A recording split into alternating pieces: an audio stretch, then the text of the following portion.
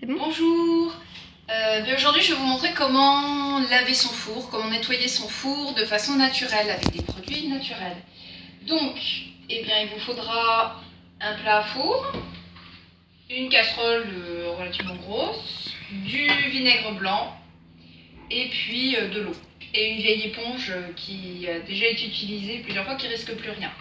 Alors en gros, c'est très simple, hein. On va utiliser du vinaigre blanc, pourquoi ? Parce que c'est désinfectant, c'est détartrant. Bon, pour le four, c'est pas très gênant pour ça, mais c'est également désodorisant. Donc c'est vraiment l'idéal pour désinfecter et nettoyer le four.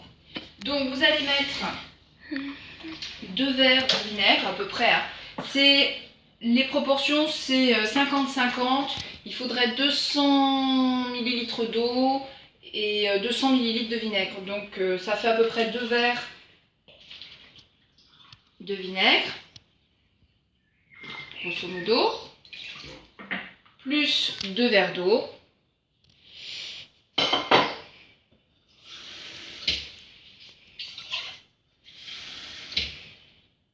Voilà. Vous allez mettre à chauffer pour que ça vienne à ébullition.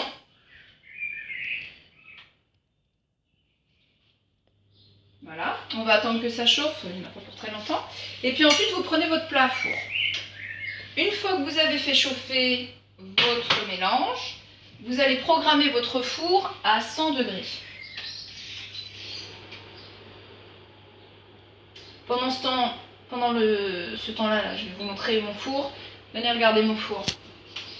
Il est vraiment sale. J'ai pas arrêté de cuisiner cette semaine. Regardez.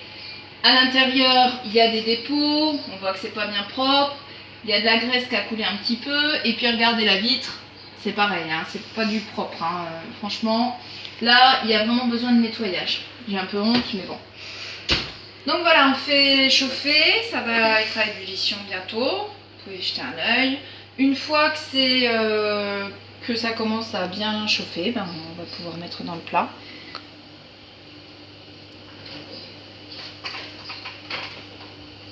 Peut-être mettre sur un petit dessous de plat pour verser. Voilà, c'est bon. Donc je verse.